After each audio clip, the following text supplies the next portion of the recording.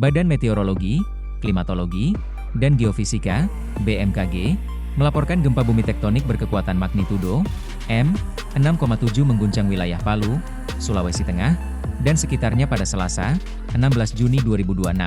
Gempa ini dipicu aktivitas sesar sausu, yaitu patahan aktif bertipe geser, strike-slip fault, yang pernah memicu gempa M4,8 pada 2024. Sesar sausu selama ini dikenal sebagai sesar aktif bertipe geser atau strike-slip fault. Tercatat pada 2024 lalu aktivitas sesar sausu memicu gempa M4,8. Pusat gempa berada di darat, tepatnya 42 km tenggara Palu, Sulawesi Tengah, di wilayah Torue, Kabupaten Parigi Motong, dengan kedalaman 10 km. BMKG menyebut gempa tersebut tergolong gempa dangkal.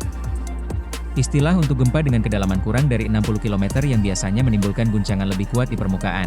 Deputi Bidang Geofisika BMKG, Nelly Floridariama, menyampaikan bahwa hingga pukul 12 WIB telah terjadi 20 gempa susulan, aftershock, dengan kekuatan terbesar M5,2.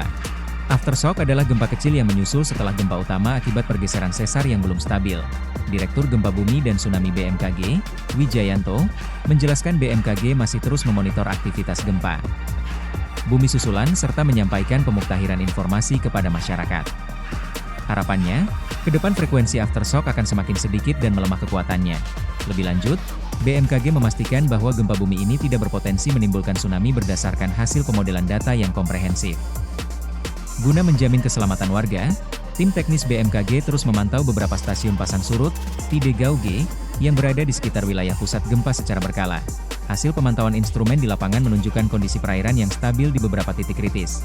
Misalnya, di stasiun pemantau di Parigi tidak mendeteksi kenaikan muka air laut sama sekali. Stasiun pemantau di Poso juga menunjukkan hasil yang sama, yakni nihil pergerakan air laut yang mencurigakan. Direktur Seismologi Teknik, Geofisika Potensial, dan Tanda Waktu BMKG, Teguh Rahayu, menegaskan bahwa BMKG telah mengirim tim khusus ke lokasi bencana. Mereka akan melakukan survei sekaligus meninjau langsung dampak guncangan gempa di lapangan.